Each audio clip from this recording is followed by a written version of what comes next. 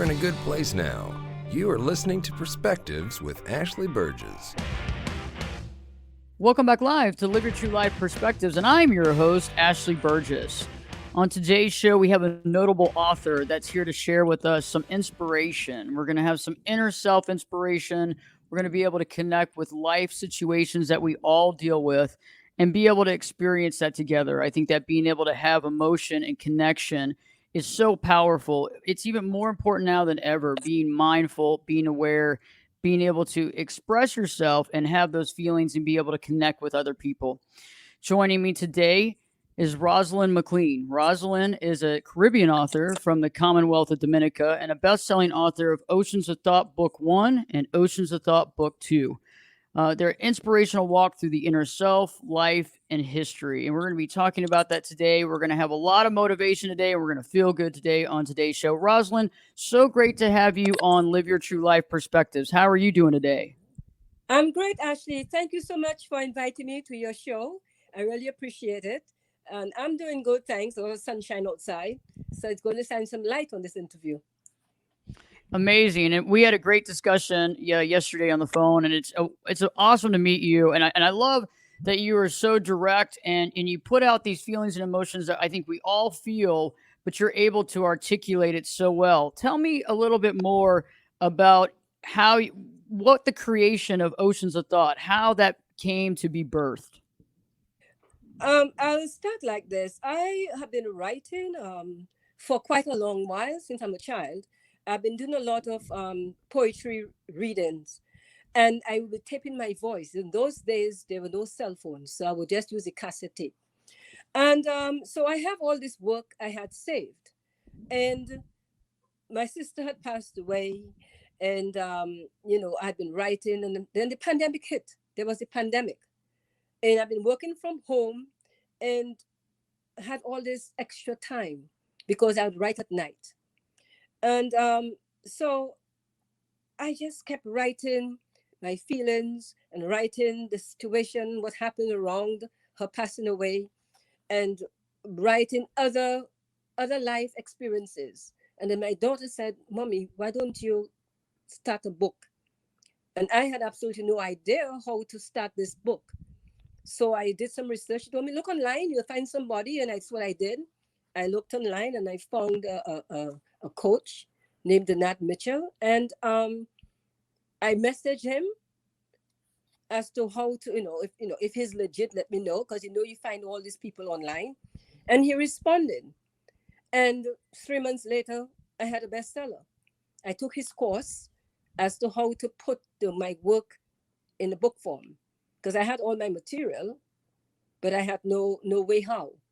And he guided me in his class, in his course, and that's how I started putting the book in, sharing my work with everyone. That's amazing. It's great that you're able to put that together and being a best-selling book on top of that. And so let's talk about, let's jump into Oceans of Thought Book 1. One of my favorite poems by you is "Yes, She's My Sister Too." Give us some backstory on that, and I'd like you to read it in a little bit too, but give us some backstory on that poem and where that came from emotionally. Okay, my sister Yvonne and I were very close growing up, as through her life, and she fell sick. She fell ill and became paraplegic. So she was like that for at least 8 years before she passed. And being away from home, I was away from home, so I'm not there actually to see what was actually going on. A lot was hidden from me, so and with that being said, sometimes you feel like you're left out, or things are happening around, with family, and you feel ostracized because you're left out of decisions. And this actually inspired me to put this down, to write this.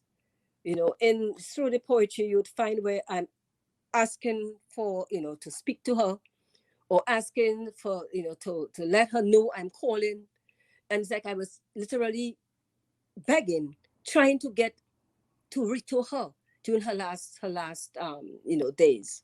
So basically, this is why I wrote this this one to help relieve, help heal myself from those emotions. It caught on to everyone who read it. And they asked the same question, why? I said, because I had to relieve myself and heal myself from those emotions. And so that's why I did She's My Sister Too. In other words, I'm letting them know at home and other people, Yvonne is my sister too. So don't leave me out of decisions. Don't leave me out of what's happening. I need to know as well. And that's basically what happened with this one. There's so many people I think listening to the show right now too that have been in that position where you have a family member, a sister or a brother, and you're left out of decisions. You're left out of being told what's happening. It's almost like you're not getting the information. Recently we dealt with a situation with a relative that passed away, and we didn't get the information for several days actually, and it's really challenging when you deal with that because we are family, and there's that emotion, and then there's that disconnect, but it also feels like we're kind of not being included in something that we should be included in. Exactly. It's exactly why I wrote it, and exactly the feeling I had. For all those years, they were like having had challenges for all those years and not being included at all. Sometimes it's you know, like you're begging, asking for information, and it shouldn't be like that. But I believe too that no one really knew how close my sister and I were, because, all through her life we were very tight. But like sometimes people miss that. They miss seeing that connection, and they react in their own way. So that's part of it too. It's Yeah. so powerful, and I know that a lot of people that are listening have been through that. And you're right; they might not understand the closeness, but sometimes I feel that some people get all wrapped up into certain things, and then some people get into the control factor of it, and they start controlling things, and they don't allow the other people to be involved. Exactly. That's exactly the point. They feel like it's a power control, you know, and it feels like you are the weaker one because you're on the outside. Well, I'm away from the home, so it feels like I'm the weaker one of the bunch. So it's okay for these activities to be going on, as far as they're concerned, as far as the mind may concern, and not include me. Or maybe that's the way I felt, but I think my feelings were real. You know? I think your feelings are right on because we experienced that as well, and it was crushing for us because it was a little different because the person passed away.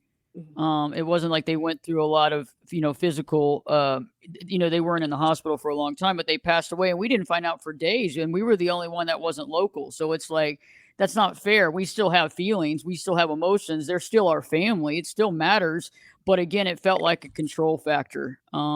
And it's just not Exactly. the time to be controlling in a family Mhm. situation like that. No, exactly. It's exactly the point. Yeah, you're right on this one. Can you Yeah. read us some, or would you mind reading some of Yes, She's My Sister Too, or would you like to read the whole poem? Yeah, Either I could. way, whatever you prefer. Yes, I could. Definitely, I will. I would read. I'll flow with it according to how it's. How it goes. All right. Perfect. Thank you. I definitely will read it. Yes, she's my sister too, and I'll just flow with the time. The Perfect. time given to read it. Floods of emotions, ocean winds flow, rivers of waters, tears overflow. What happened? A lambing fit, strange sacrifice, daring conflict. You headed the team, knowledge and wit, tight-lipped, momentous tip. Yes, she's my sister too. Continuous conversations we shared, intelligent, creative being. You stuck by my hip with sister glue. We were inseparable. We were very close.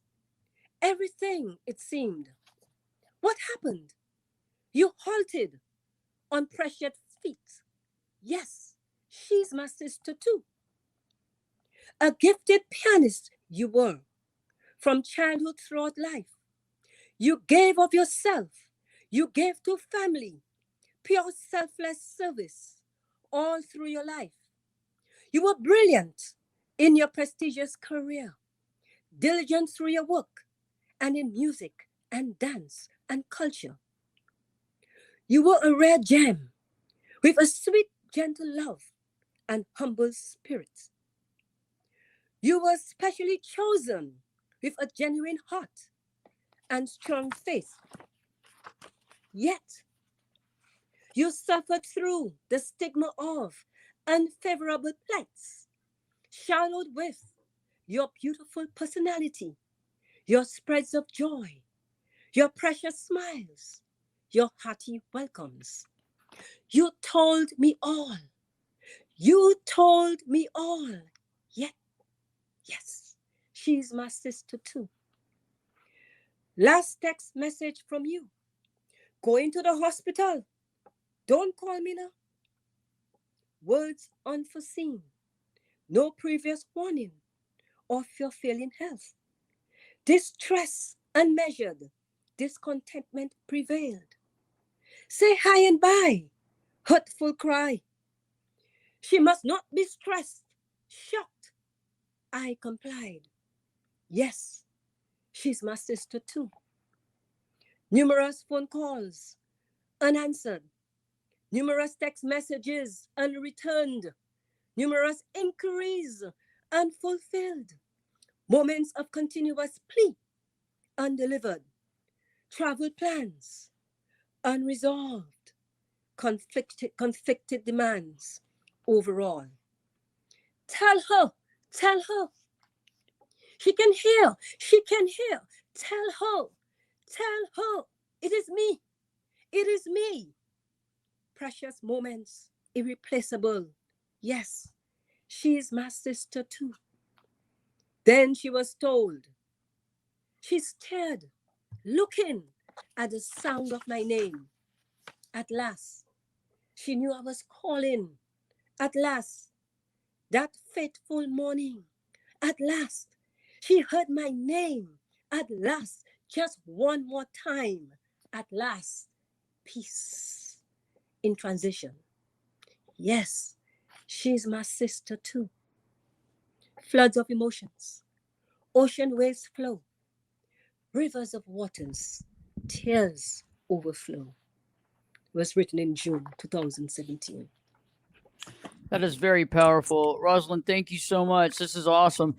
Stay tuned. When we return, we're going to be talking about seniors, about their Okay. value, about how they're important in our life, and how we need to show some respect in that situation. We're going to be talking about the river banks, and you'll learn more about that, unexplained absences, the silent bully, and more. And don't forget that Rosalind will be sharing her uh, golden nuggets of wisdom at the end of the show, which I ask all of the folks that come on the show to share, because I think we all have something major to learn and grow from one another, which is so powerful. Rosalind will also be reciting some more poetry, so don't miss out on that. And one of the greatest things about this is we all connect with these emotions. We've all been here. We've gone through it. We understand. We feel it. And just when she was reading that poem, I felt situations and things that happened in my past when somebody has passed away and going through that process. And this is some powerful stuff. So stay tuned. Live your true life perspectives with me, your host, Ashley Burgess, will be back in. Well, I'll be back this time in 2 shakes.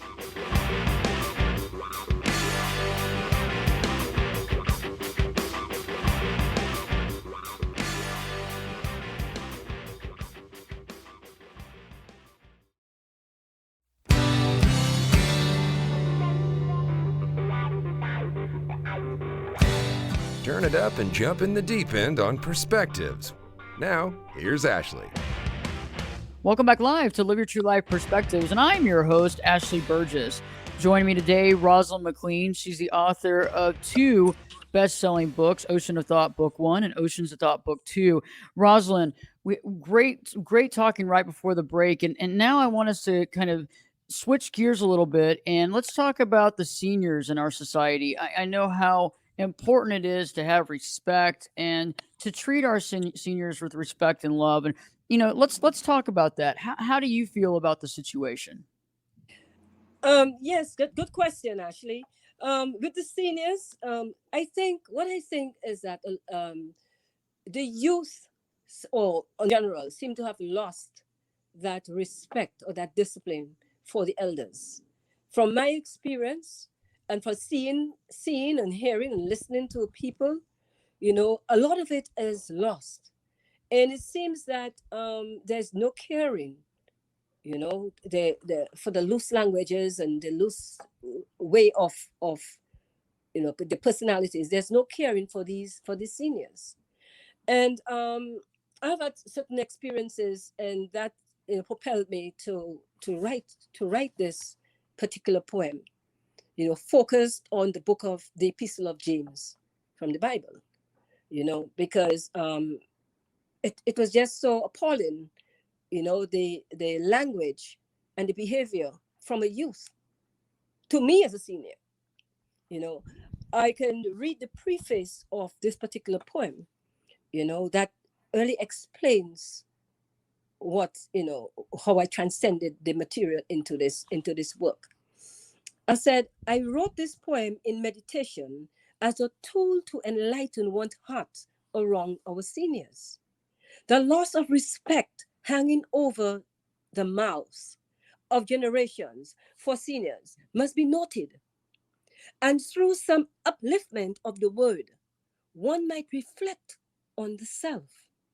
This poem is written with an emphasis on one of my favorite books of the Bible, the Epistle of James. As I look towards Jehovah, the Lord of peace, I gather the inspiration, the strength and wisdom to write this song. Because actually, the way I wrote it, this could as well be a song that could be used maybe in, you know, just about anywhere. You know, there's another part I wrote too. I said, cracks in torrents of unintelligent lyrics from the youth to the senior, spiral moments of strife and belch stench of disrespect. I don't know you, so I don't have to respect you. Not because you are older than me, I have to respect you. Words that sit at the back of the tongue, taste of bad seed, saliva sip to the core, a bash of prejudices and families. Yet, carved to birth this message of inspiration, those written stains cannot be erased. May the Lord of creation dissolve the burden of unfavored disrespect. In other words, what I'm trying to relate here is that certain, you know, people on the whole, I mean, the youth on the whole, or whoever, persons, they would have this behavior. And because they think it's okay to continue this type of behavior because of who they are, who their family is, or whatever it may be.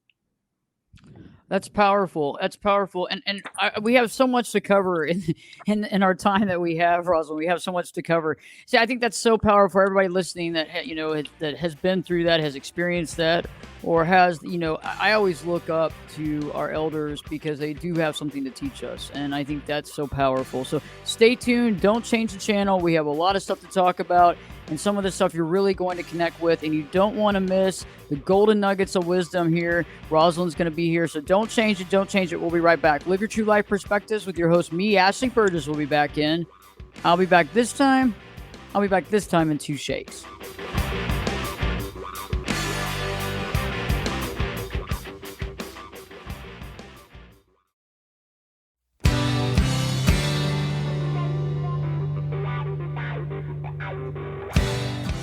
This is Jake Busey, and you're listening to Perspectives with Ashley Burgess.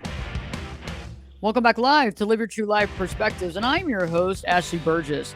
If you've been listening or you're just now joining me here in the show today, we have Rosalind McClean. Rosalind is a Caribbean author of Dominica, and she has 2 best-selling books, the author of Oceans of Thought, Book 1 and Book 2.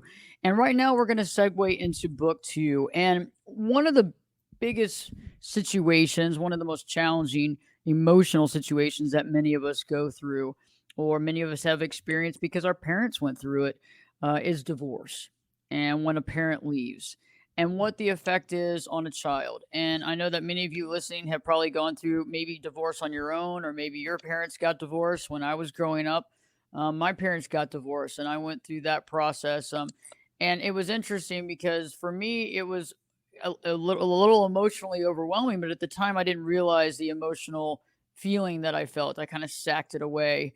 And so, Rosalind, tell me more because I know that you've written to this specific topic. Tell me more about your feelings about that and what was kind of the muse and the direction for the Riverbanks poem that's in your second book, Oceans of Thought. Yes, I wrote this one out of visions. It has been so dramatic, traumatizing for my daughter and I after the separation with my husband. And she was 6 years old, and how it affected her, emotionally, you know, and what she went through the whole 9 yards of this separation. And it played, I just knew I had to do something, I had to write something, but I did not want to go direct because I did not want to have to embarrass her. So what I did, I went through the inspirational, motivation and the inspirational calling, through, and this is how I wrote this. Like it transcended, like the whole book transcended. I saw it in visions. I saw the cliffs and visions. I saw the lake. I saw everything. And I just knew it was for me to start writing. I described her as 6 incense lilies of life. That means she was 6 years old when everything unfolded, when he left, when her life just changed, when, and she went through all this turmoil and this drama. She was 6 years old. And I know a lot of people related to this particular poem.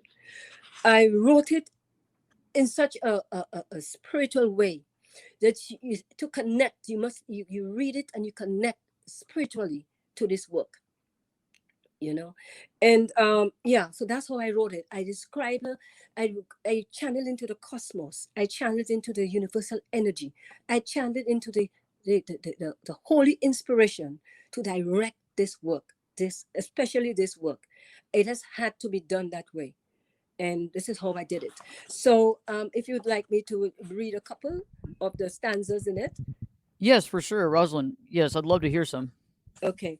The riverbanks. On the riverbanks of divine intervention, radiant pools of dazzling waters, reflections of brilliant sunlight, mirrors of celestial blue skies, adorning cliffs of coral yellow, a yellow of cosmic sight, a scenery of immaculate perfection, a dream spread of far dimensions. On the riverbanks of divine intervention, dripping with fountains of love and sweet sensations, 6 incense lilies of life, bubbling in the silvery waters, embracing in precious moments, floating over tranquil currents. 6 incense lilies of life, in gentle, transparent imaginations, blowing kisses in the winds, cherishing simple, childish moments, drifting in simple, childish fantasies, holding truth to trust profound, afloat on divine intervention. 6 incense lilies of life, crafting healthy smiles and chatter, splashing in playful manner, drifting on the riverbanks of divine intervention. Gray shadows peep over the silvery waters, haze clouds suddenly appear, unforeseen crystal storms, unsuspecting passion wilts, innocence emotions shatter, childlike expectations whip, childhood securities torn, shifting in the shadowed waters of awaiting expectations on the riverbanks of divine intervention.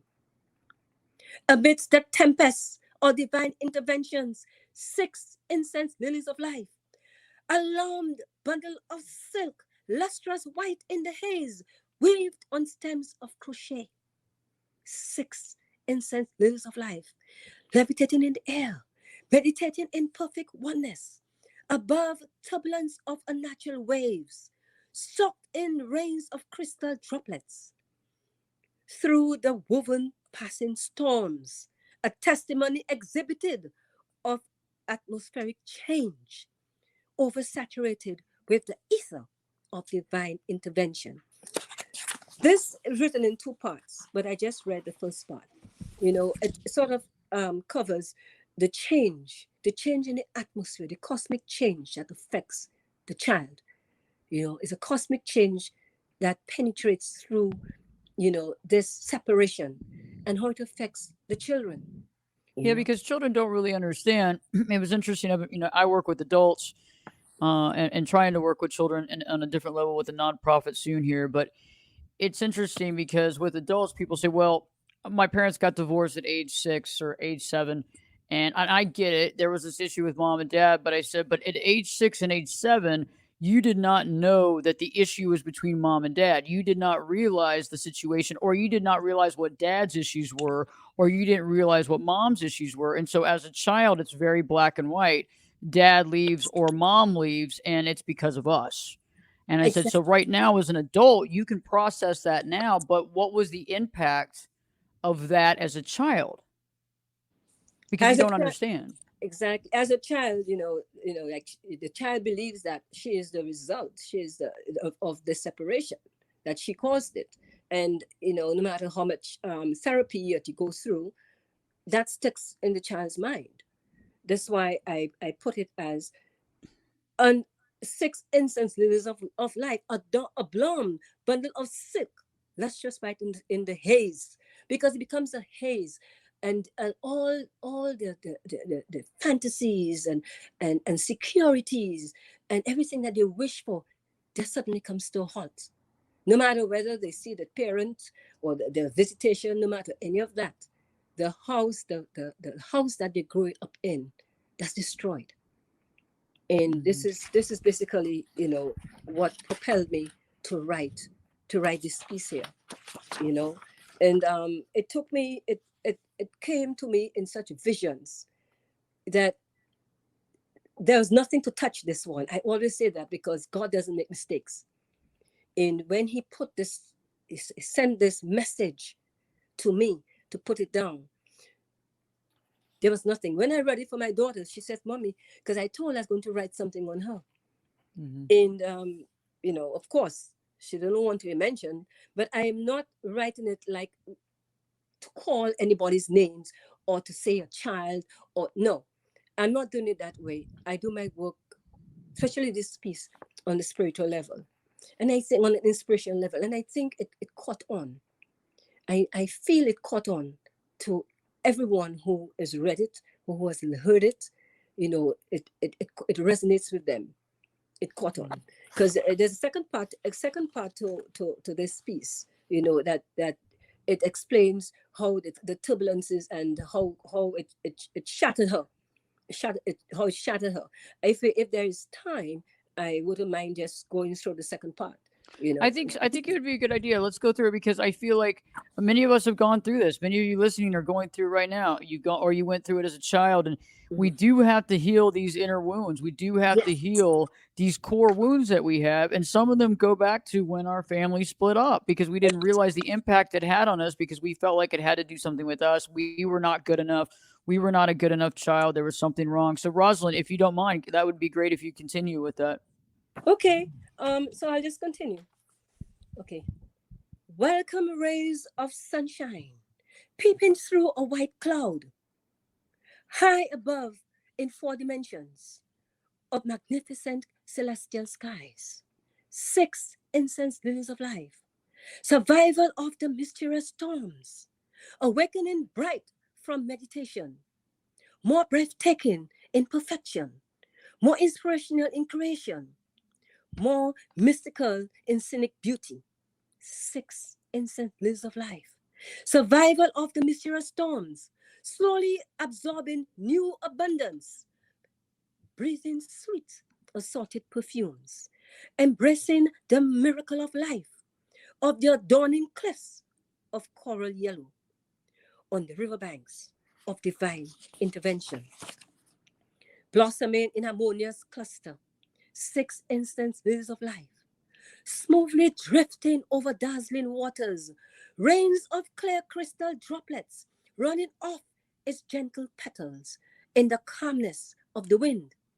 6 incense lilies of life, triumphant on a chord, pulsating music of pure chimes, strumming from flawless petals in the dance of melodious rhythms, 6 incense lilies of life, sharing accolades of cosmic bliss, spreading kisses of new life, resplendent of nature's craft, victorious over the storms on the riverbanks of divine intervention.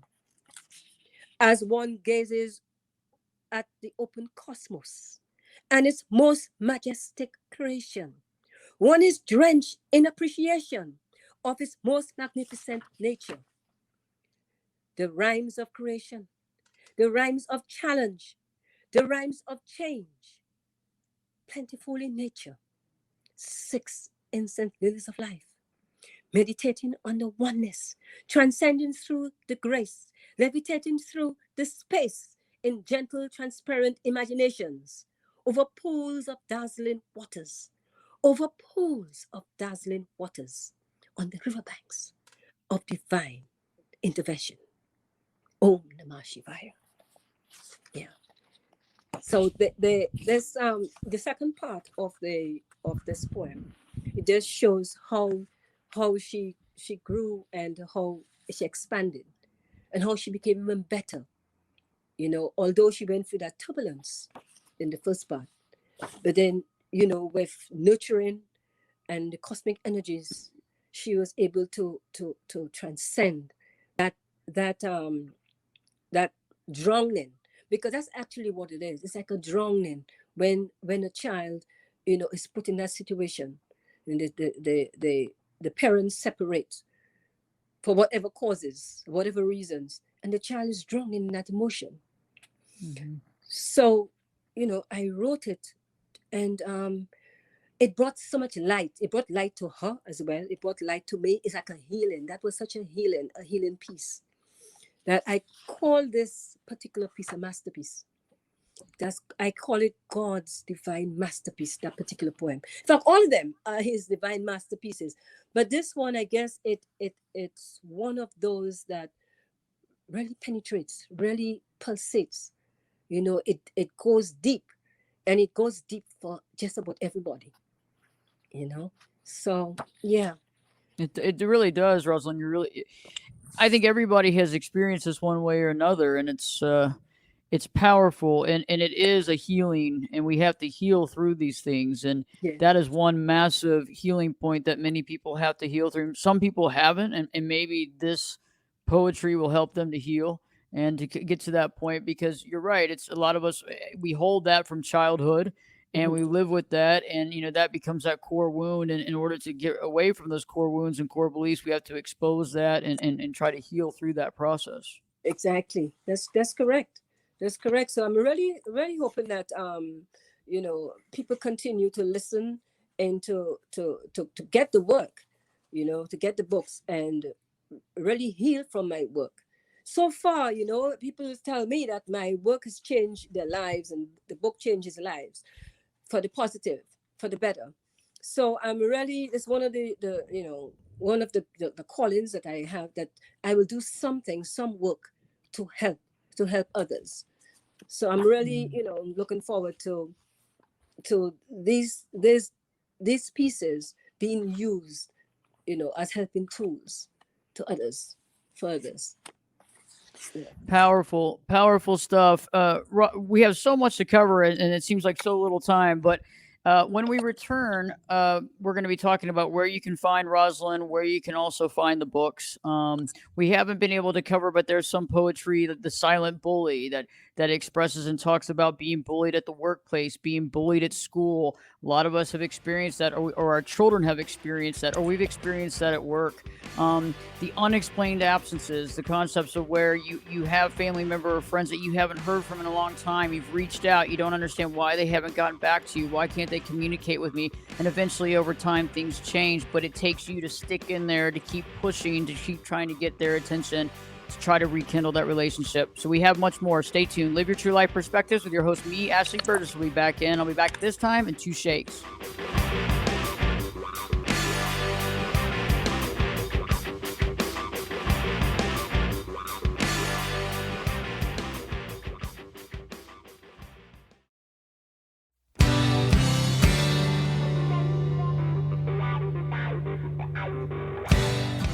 Get in here.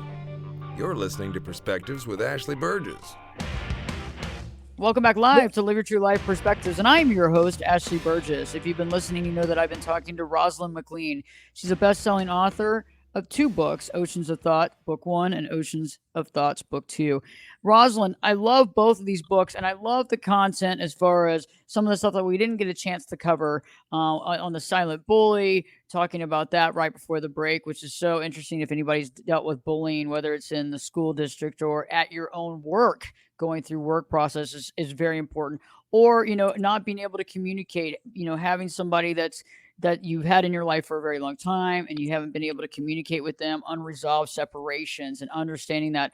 Rosalind speaks to that in her work. So knowing that there's so many different topics and so many different life experiences in these books, because they are a source of literature, social sciences, cultural affairs, as well as social studies, which are so powerful. Where can listeners find you, and where can listeners also find the 2 books? Okay, thank you for asking, Ashley. I have a website, RosalindSeverin.McClean.com. I could spell it out, ROSALIND, Severin, SEVERIN, McClean, MCCLEAN.com. You could find me on that website. I also have a Facebook account for Oceans of Thoughts, so you could find me there too. You could message me from Oceans of Thoughts. I have Instagram as well, and so yeah, you could find me on those platforms. Perfect. So you can find on Facebook and Instagram and Twitter, Oceans of Thought, or Oceans of Thought, and Twitter, Oceans Thoughts 2. So Rosalind, it's time at this point on the hot seat for the golden nugget. One golden nugget of wisdom that you would like to share with our listeners from your perspective would be very powerful. Yes, I would definitely like to share some of my inspiration with the listeners. The inspiration of honesty, inspiration of kindness, an inspiration of the wealth of knowledge, of the wisdom. I would definitely like to share that. So people be mindful of their relationship, mindful of their respecting one another. People have patience and the patience of knowing and patience of longing. So these are some of the things I like to share with the listening public. How to relate to others. Another thing I am looking at is that I would like to invite the institutions and universities and schools, to be able to invest in my work as a learning tool to the students and to professionals, because my work is helpful. It's helpful to all the readers, and I think it'll be a very good tool. I know it's be a very good tool. It will be used in the schools and in universities. As a matter of fact, too, I have presented my work to a couple universities and libraries, and I'm just waiting for the official acceptance. I presented it to the University of the West Indies in Dominica, and I presented the books to them, and I'm just waiting for further acceptance. So yes, I definitely would like to share that, with the listening public, Very valuable. And I definitely love both of your books, Rosalind, and I do hope that they get into the school districts for sure, because I think these can really help kids process emotions as well. And I definitely want to have you back on the show at some point. This has been such a great communication, such a great talk. Yes, thank you so much. Thanks so much. I would love to be back on your show. I look forward to that invitation. And definitely, yes, I will look forward to it. Very powerful. For everybody that's been listening to this interview today, I hope that you've gained something from this, gained some knowledge, gained some emotional connection, because that's what this is all about.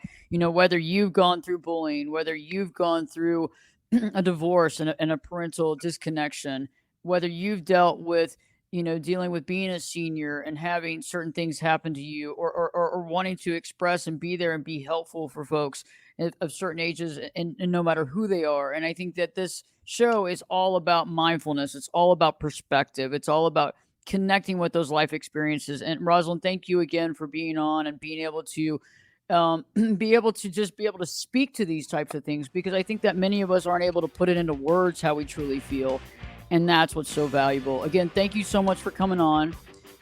Thank you so much for inviting me. I really appreciate your time. I really do. And I look forward to speaking with you again. Yeah. Can't wait to see everybody next week. We'll have another live show. Don't miss it. And live your true life perspectives with your host, me, Ashley Burgess, will be back in.